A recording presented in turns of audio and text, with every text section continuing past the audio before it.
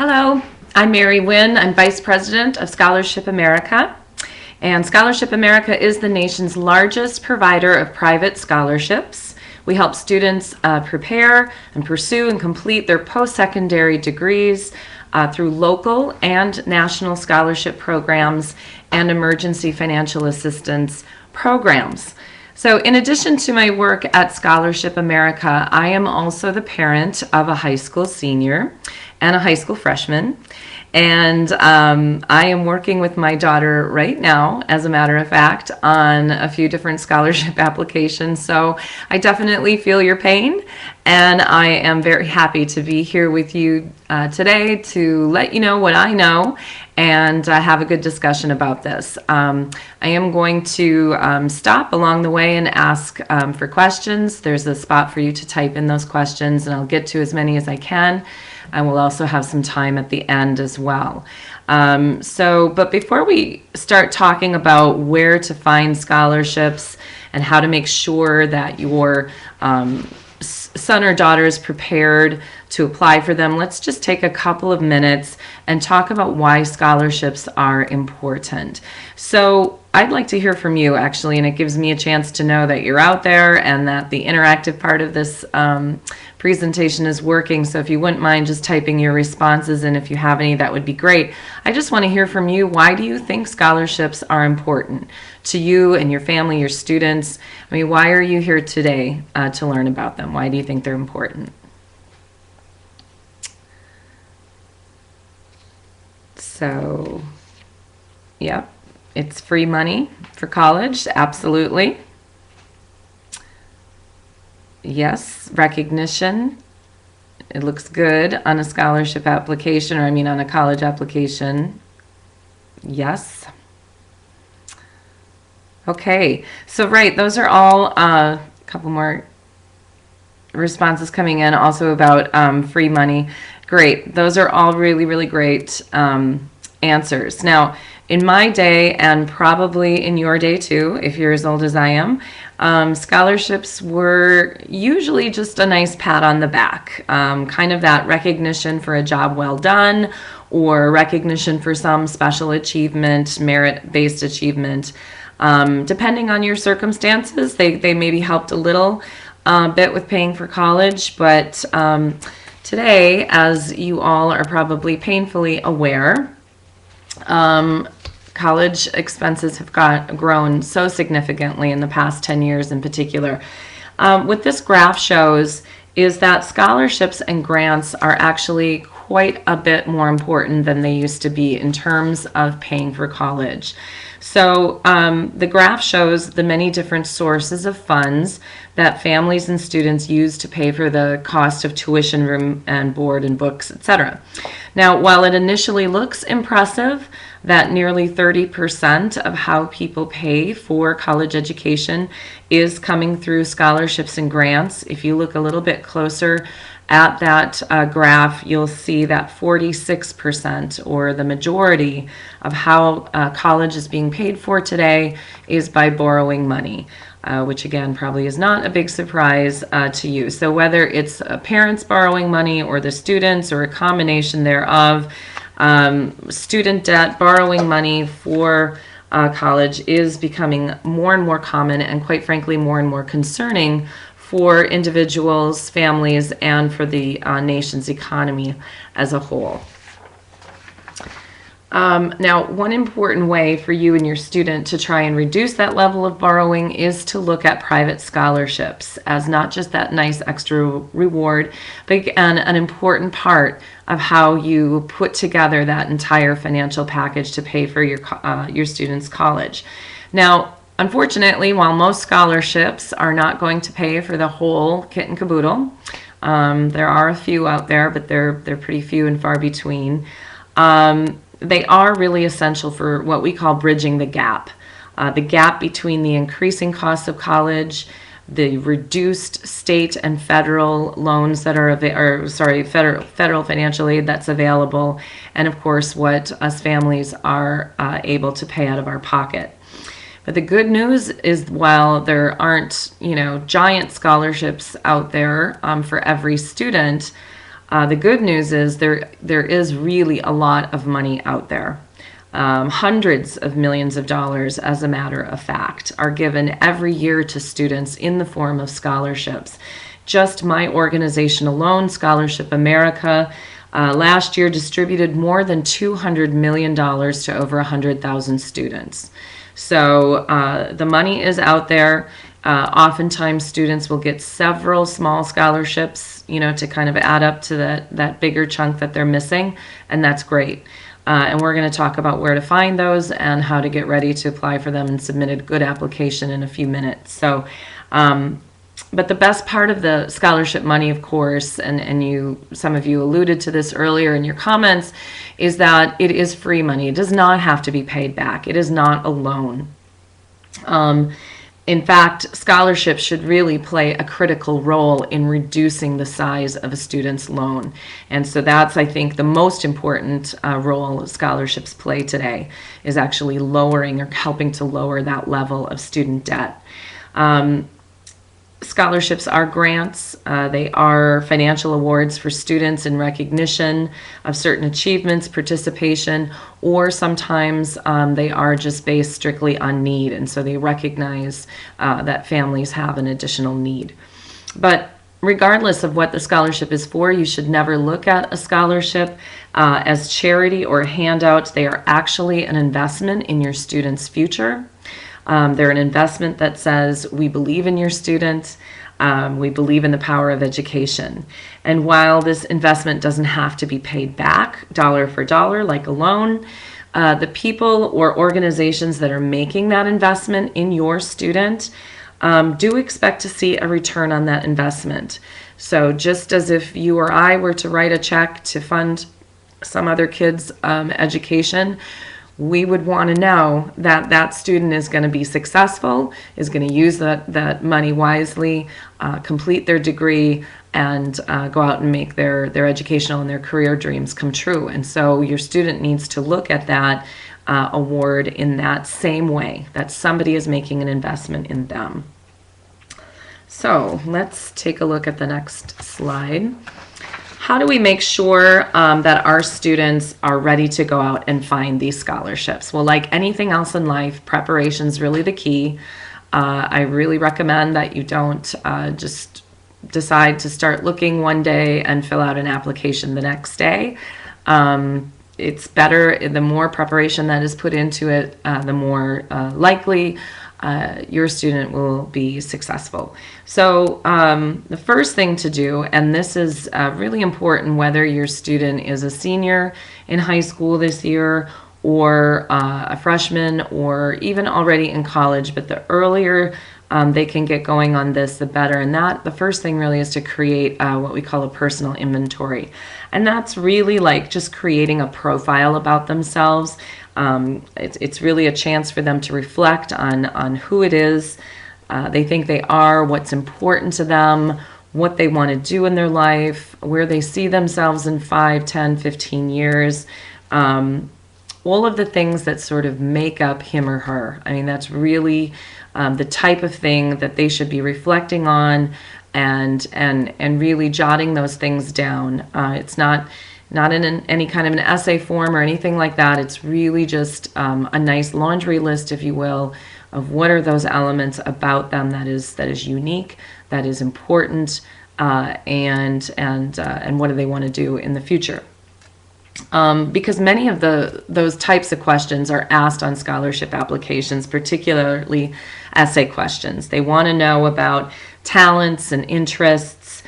They want to know what the student will plan on studying and why, what kind of career they want to pursue and why. Like I said, they do want to oftentimes know what the student is, how they see themselves in 10 or 20 years. So again, helping, really setting aside some time to do that now is going to save time in the long run. Another thing that will save time is to create what we call a scholarship resume. And that's very much like a job resume. So this is where a student would sit down and jot down all of the different activities and accomplishments they've had so far. And it's important to do this ahead of time because we've had a lot of students tell us, after they turned in the application, they forgot about that really cool thing they did when they were in ninth grade or seventh grade. And those things are important. So again, taking the time to really brainstorm, you as a parent will be particularly helpful in this, because again, sometimes students forget, or they don't think, that week that they spent bagging groceries for the homeless was important, but it's important. So I think, making this scholarship resume with them, it would be a really important thing to do. Once they have their profile and their scholarship resume ready to go, and I think this is another really critical way that parents can help students, is really help them get organized. Help them organize all of these materials that they've created, that they've collected, and help them organize sort of a calendar or scholarship file where when all of the deadlines are going to be coming up, what you need to do for each of those deadlines. The more organized you can have, or they can have, all of these materials, again, the less likely they are to forget something, to forget a deadline, and the more likely they are to be very confident in what they're putting forth on their scholarship application. So I'm going to stop here and find out if you all have any questions for me at this point. Any questions so far? Okay, hearing none, I'll continue on. So let's talk about where to find scholarships. So, the first place we all think of, and students naturally think of this, is the internet. And the internet is a fantastic resource, no doubt about it. There are literally thousands and thousands of scholarships and different scholarship providers listed on the internet, but that can also be pretty overwhelming. I think it's real easy to do just a search for scholarships and just sort of be inundated with information and kind of feel like you don't know where to start. So to narrow your search on the internet, the first thing to do is to look for scholarships that match elements of your student's profile. So again, what are their interests? If they're interested in studying music or doing something with music in their life, then obviously you're going to want to refine your Google search or whatever search engine you're using to music scholarships or scholarships for budding musicians or something like that.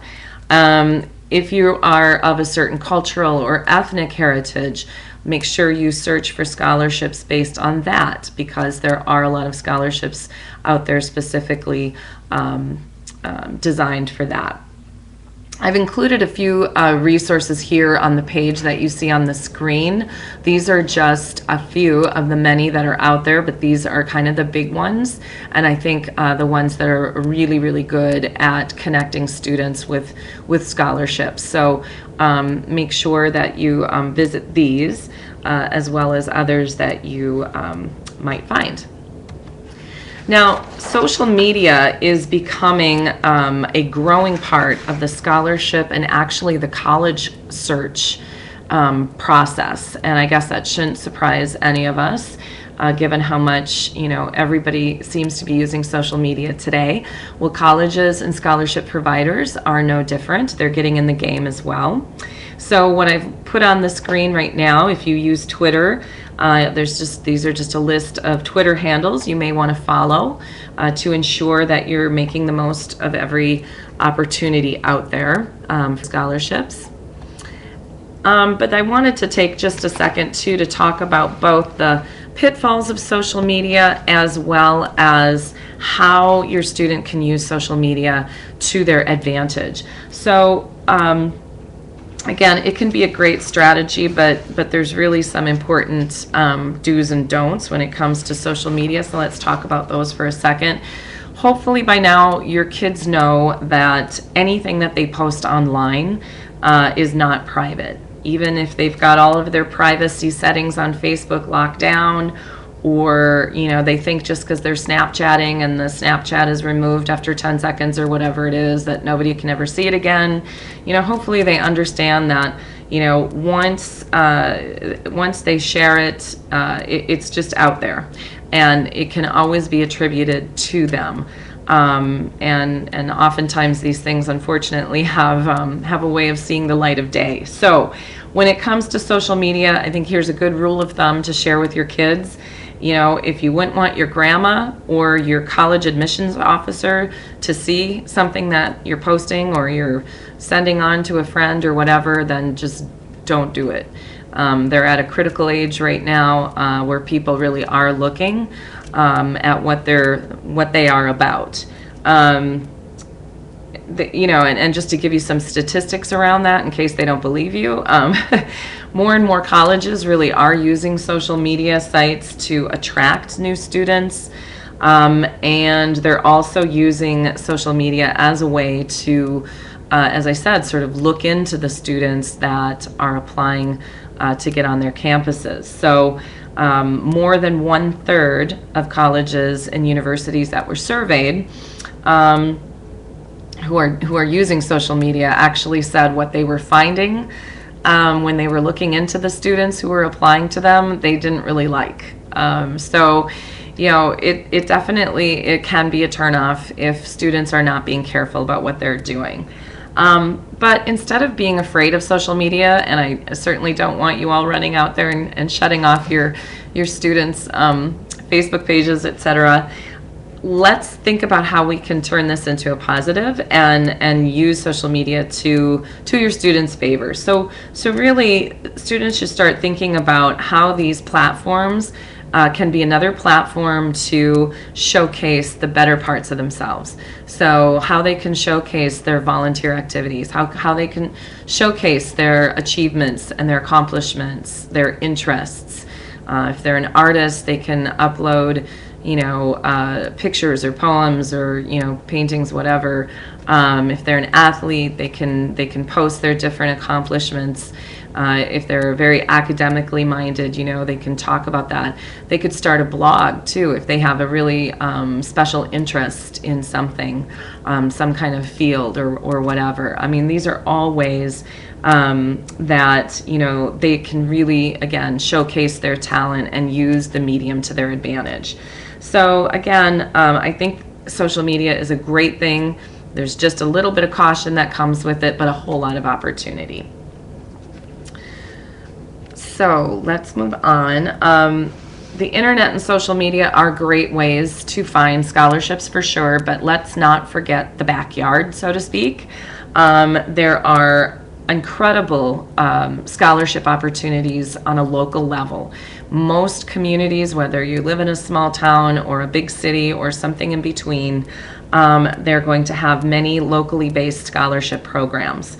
And generally speaking, the smaller the eligibility area for the scholarship, the better your students' chances are at getting those scholarships. So they might not be the great big national awards, but even a small scholarship or several small scholarships from your local community can make up the difference. So guidance counselors at high school or college counselors are great resources to help your students identify and find those locally based scholarships. So make sure they're checking in with the folks in those offices.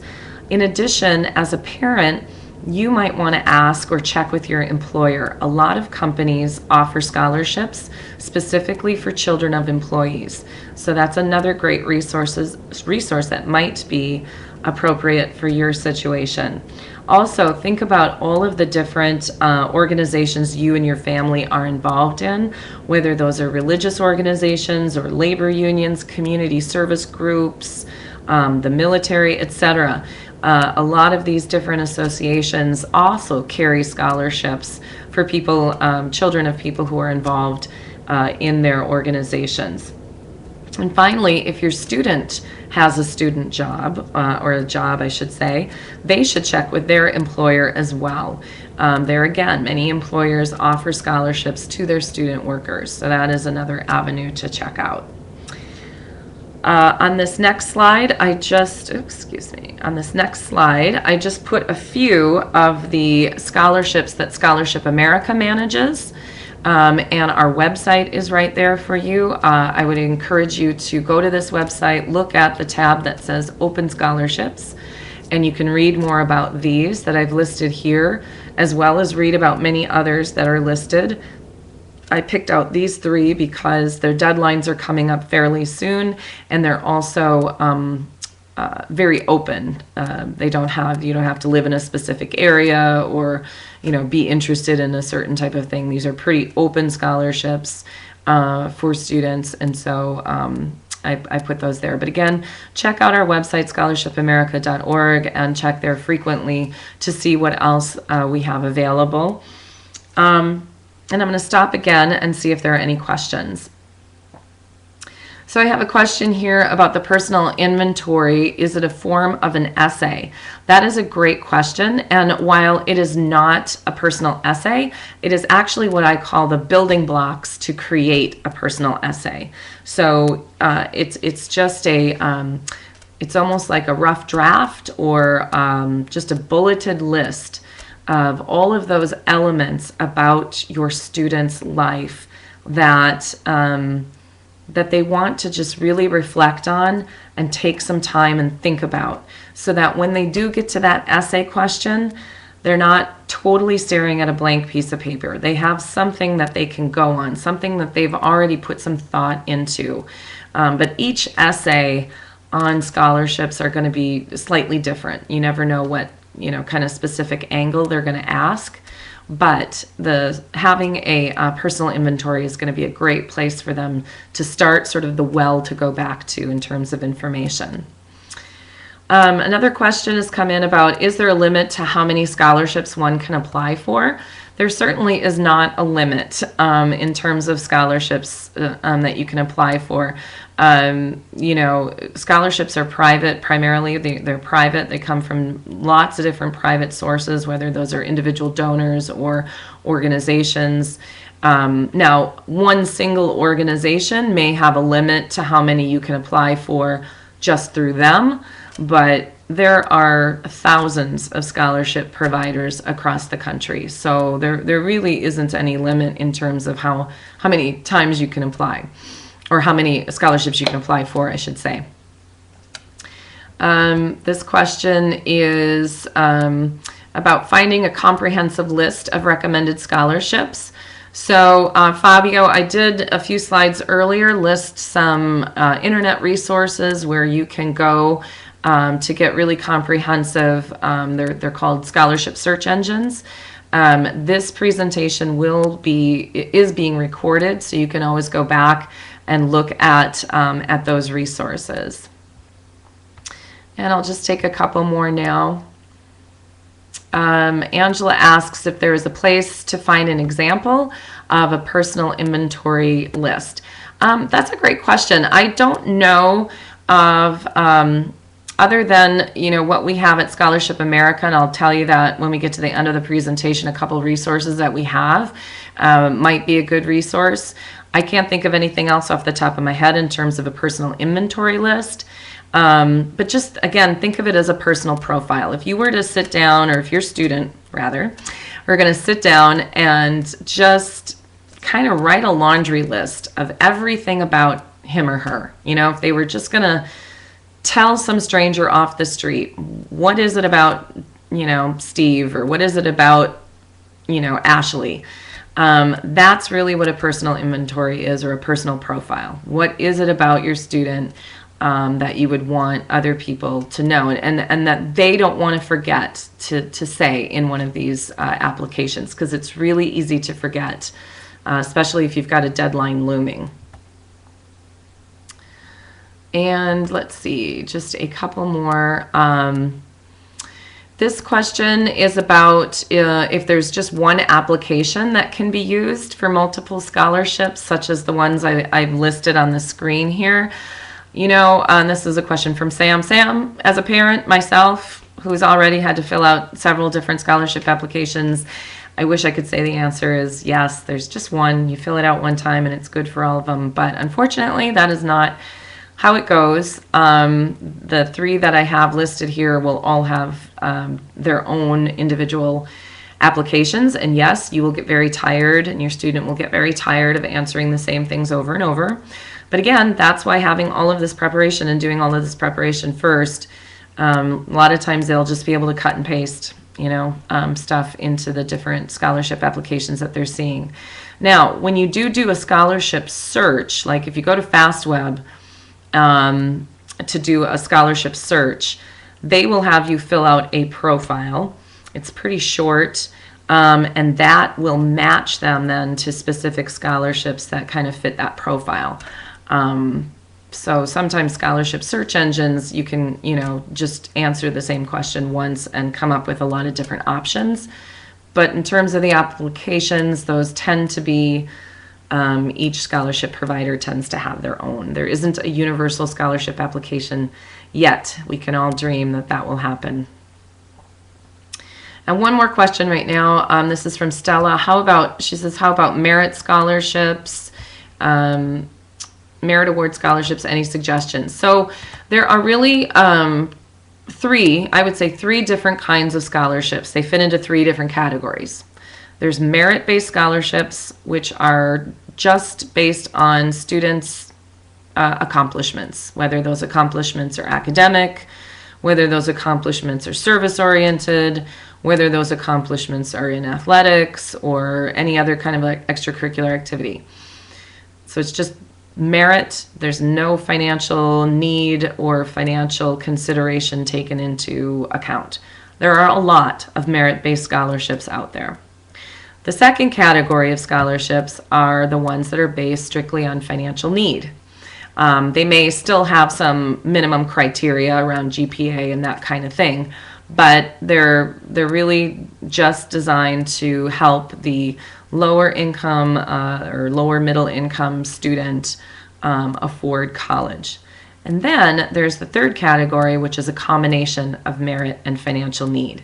And I would say that that third category is probably the most prevalent. Scholarship providers typically want to see that there's a combination of merit achievements, but also some financial need involved. So you just have to decide where you fall, where you and your family and your student fall in those 3 categories, and you can base your search on that. So let's go ahead and continue on so we make sure we get through the rest of the presentation. Let's see here. Okay, so I hate putting this slide in here actually, but it's really important, and I think it's super important for parents of students to know. Sometimes students don't always pay attention to this stuff, but the first rule of thumb is never ever pay for a scholarship search. Don't pay anybody to search for scholarships for you, and never pay to apply for a scholarship. There are plenty of free resources out there, not just my organization, but lots of organizations that I listed earlier, as well as many others besides that. So just please don't put out any money for this, because it's really kind of a waste of your money, and quite frankly, a lot of them are scam artists. So let's not fall victim to those. The other adage to be aware of is that, that old adage of it sounds too good to be true. It usually is. That applies definitely to the scholarship world. So, if you or your student receives a brochure or some kind of advertisement that says, free money available for college, or, win your fair share of scholarship awards, or you're guaranteed to get a scholarship, it's marketing, and it's unfortunately it's not usually legitimate. So again, if it sounds too good to be true, it probably is. And then of course, also really watch out for any unusual requests. If you're filling out a scholarship application and they're asking you for your credit card numbers or your bank account numbers, please don't give them away. No legitimate scholarship provider is going to ask for that information.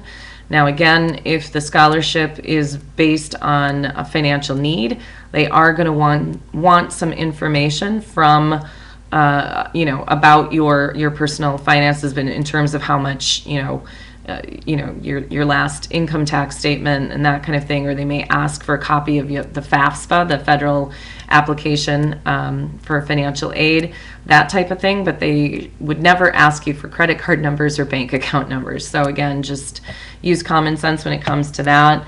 And then finally, any unsolicited opportunities that come your way really should be treated as suspects. So most scholarship providers, legitimate providers, are not, they're not having to market and try to get people to apply to their scholarship.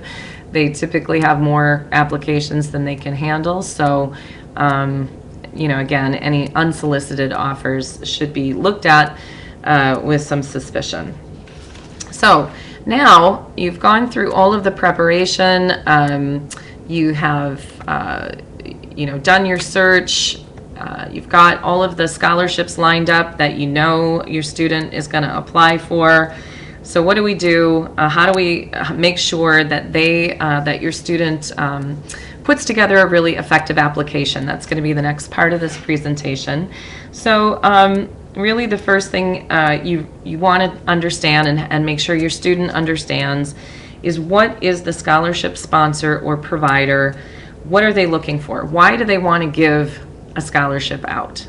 Are they trying to support students who are interested in a certain kind of field of study? Are they, are they a service club organization and they want to reward people who have been part of that service club, or they eventually want to have that student maybe become part of that service club? Do they want to identify future promising leaders? Try to understand what their motivation is in offering that scholarship, because that can help you and your student really put together an effective application if you're really gearing it towards what they're looking for. And it will also, of course, help you avoid applying for scholarships that just really aren't a good fit. Obviously, if it's a scholarship from a science and technology firm, and your student is interested in history, it's probably not a good reason to apply for that, even if they're offering a lot of money. Again, students, before they sit down and start filling out applications, should really think before they start writing. I hate to say it, but again, many times you can tell when you're reviewing a scholarship who's kind of put the effort into it and who hasn't. And so I can't stress that enough about taking the time to do the preparation, really giving plenty of time, to write a good application and a good essay. Don't wait till the last minute. All of those things really come into play here. You have to remember that. I think the thing to remember is that scholarship committees, or the people who are judging, these scholarships, they're oftentimes looking at hundreds, if not thousands, of scholarship applications. And again, depending on the scope of the scholarship. And so you really want to make sure that your student is putting their best foot forward, and how they can really stand out and make themselves stand out from the rest. Which leads into the next point about following instructions. Again, you'd be amazed at the number of scholarship applications that are simply thrown out, like not even, they don't even finish reading them, because clearly the student did not follow the instructions. They didn't answer questions they were supposed to answer, or they answered them incorrectly, that type of thing. If there's one piece of advice I could say when filling out an application for scholarships, is never leave a question blank. Even if the question does not apply to your student, make sure that they write in "not applicable," so that the scholarship committee who is looking at that understands that the student read the question, the student understood the question, and they didn't just skip it because they were bored, or because they were just, they just went too fast and were being rushed or whatever. So make sure all of the questions are answered, even if it's just with a do not apply. And the next one is really, oh, sorry, I skipped ahead. Sorry about that. It seems like, if a student's answer to a question is abstract, that is something that they're going to want to work on.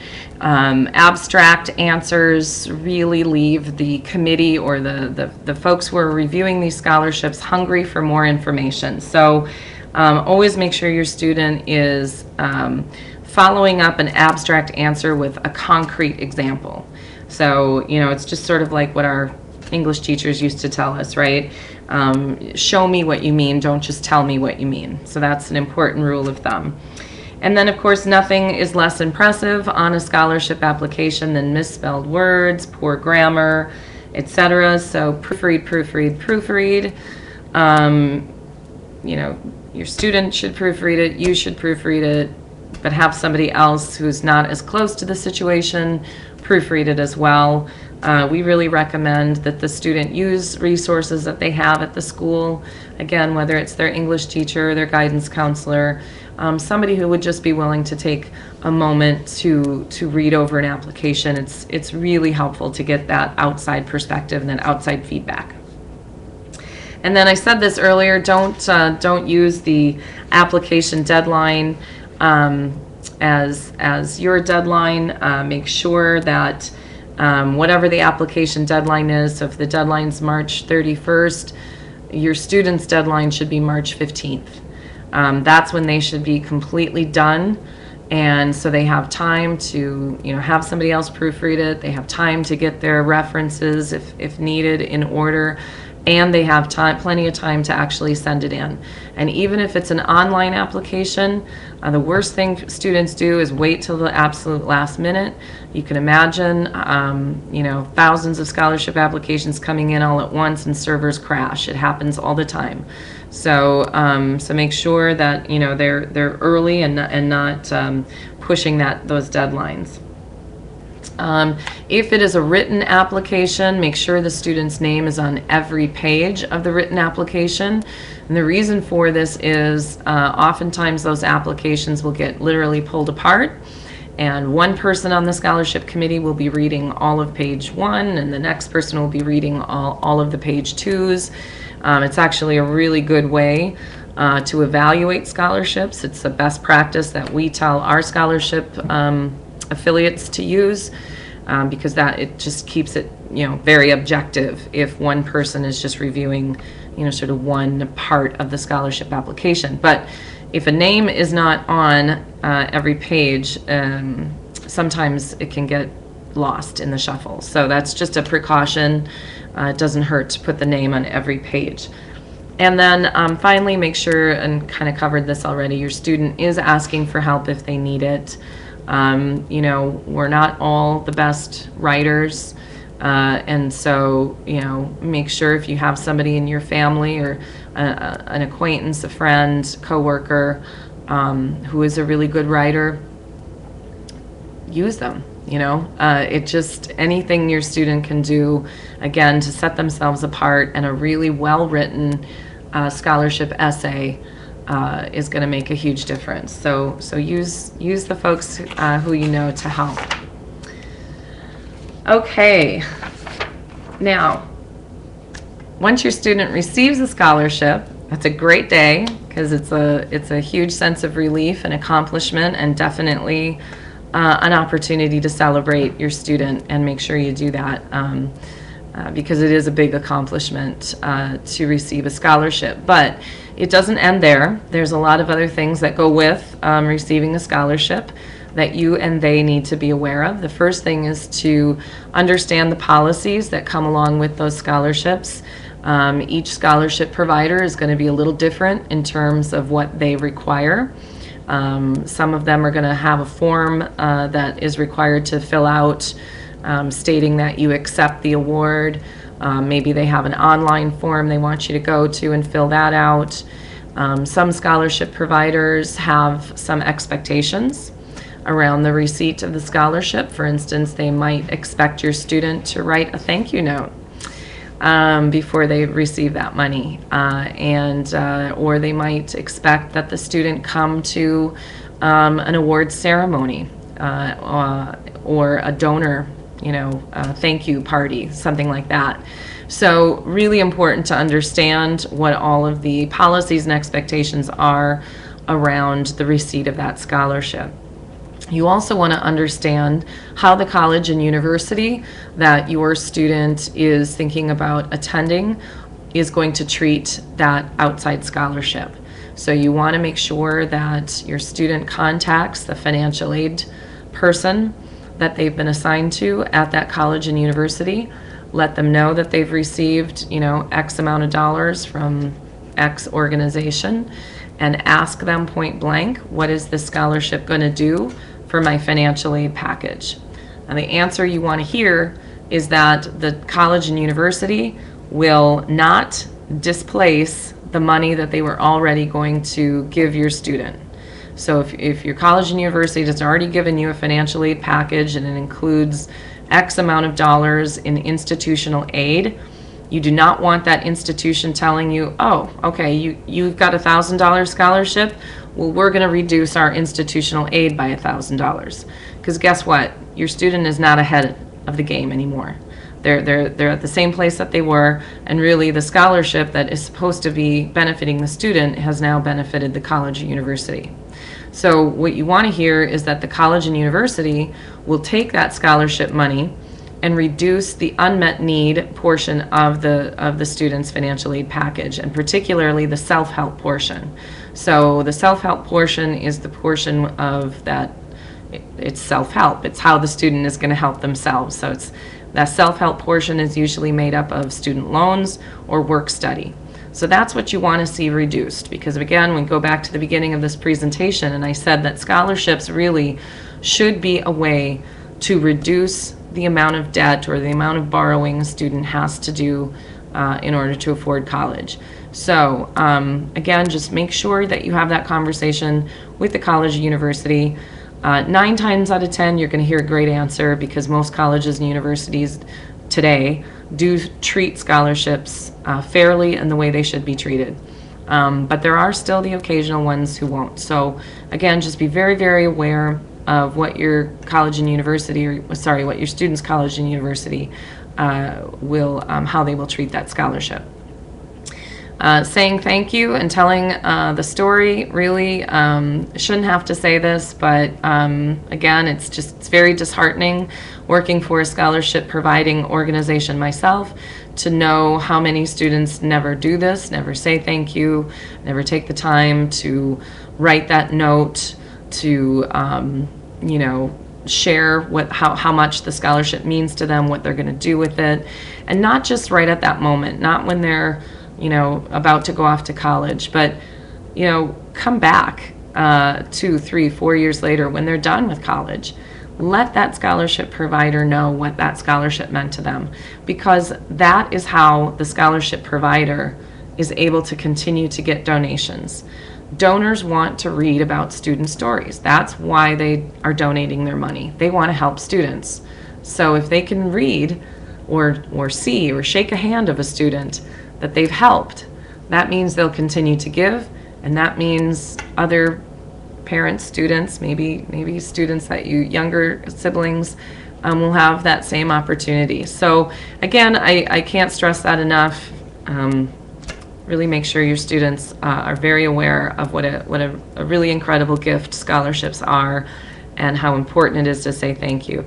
And also, start talking to them about how they can think about giving back. When they're in college, of course, they're not going to have any money to give back, but they might be able to do something for that scholarship provider, even if it's just sharing their story, or maybe coming back to speak at next year's awards ceremony or something like that. There's always ways that students can give back. And then, of course, when they get older and get their careers going, this is a great way for people to really pay it forward, and a lot of people do. So that's pretty exciting. Let's see. I think we are nearing the end here. I've just got a couple of additional resources here I promised earlier that I would provide to you. The first one is called the Scholarship Coach. This is a free ebook from Scholarship America. It is available on scholarshipamerica.org. You just sign up to receive it. That's all it is. And it's 6 months worth of blog posts that cover not just the things I've covered today, and actually they cover them in more in depth, but also many other topics that weren't covered today. So it really is an excellent resource, and it's free, so I encourage you to do that. The other thing is you can sign up for the weekly blog that made up the content of that ebook. And that website address is right there. We do blog for U.S. News and World Report on a weekly basis. I think it's every Thursday. So if you sign up, and you can get those blog posts as they come. So now I'm going to open it up for more questions. We have a few minutes here. So I will look back and see here if there are any other questions that I missed from earlier.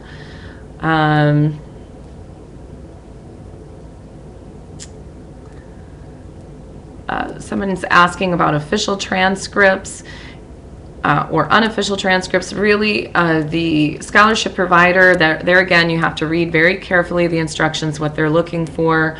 Some will want an official transcript, some will be okay with a copy. You just have to know ahead of time what they're looking for and make sure. This is again why preparation is really key, and making sure that you're not filling out an application 2 days before it's due, because you do need to give, the high school guidance counselor needs plenty of lead time if it is an official transcript to get that put together. And this question is about what should you do if the college financial aid department answers that they're going to reduce the amount of financial aid that they will offer. I think that you have to kind of take that on a case-by-case basis. It really depends on the college and university, and it really depends on your circumstance. But just do the math. I mean, if what you're going to end up with your son or daughter's scholarship is the same amount that you would have had before the scholarship, it's just not a good deal. And I guess if it were me, I would probably try to go back and talk with the financial aid people some more, maybe go up to the director level and find out, if they can change their policy. And if not, you might want to think about that second choice school that your son or daughter also got into, because at the end of the day, you really want to make sure that you are making your money stretch, and the money that you're receiving for scholarships stretch as far as it can go. I mean, your son or daughter worked very hard to get this scholarship, and it to me, in my mind, it should not be going to support the college and university. It should be going to support your son or daughter. So, but again, every situation's a little bit different. So really talk it through with your the financial aid people at the college and university.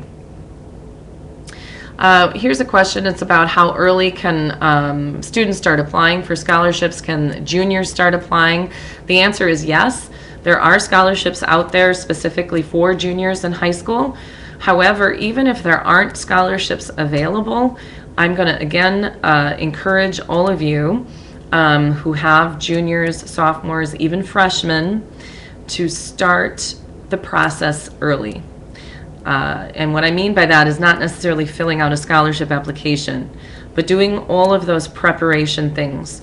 So start your profile early. The student can keep adding to it year after year.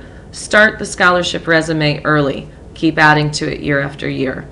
Get the student to start thinking about what it is that they might want to do, what they're interested in. Show the student how many opportunities there are for scholarships. Get them excited about it at an early age, and they'll just be more prepared. You'll be more prepared. But yes, there are some scholarships available for juniors in high school. And again, once your student is in college, don't stop looking for scholarships then either. There are a lot of scholarships that are specifically for students who are already in college. Most of those scholarships are going to be offered through the institution that they're going to, but not all of them. So, again, scholarships are not just for high school seniors, I guess is the story there. Somebody's asking about the opportunity to watch this presentation again. Yes, absolutely. Stacy and everybody else who may have missed part of it, or if you know of somebody who wasn't able to attend, please let them know. They can go to College Week Live and find a recording of the presentation. So they'll see all of the slide materials. They'll hear the entire presentation from start to finish. And let me just go back up and see if I missed any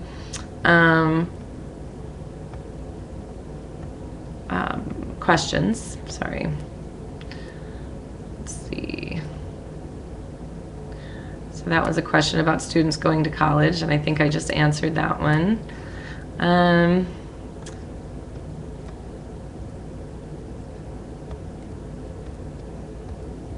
Another thing I would just say when it comes to the scholarship essay, there are some examples of good scholarship essays out on the web.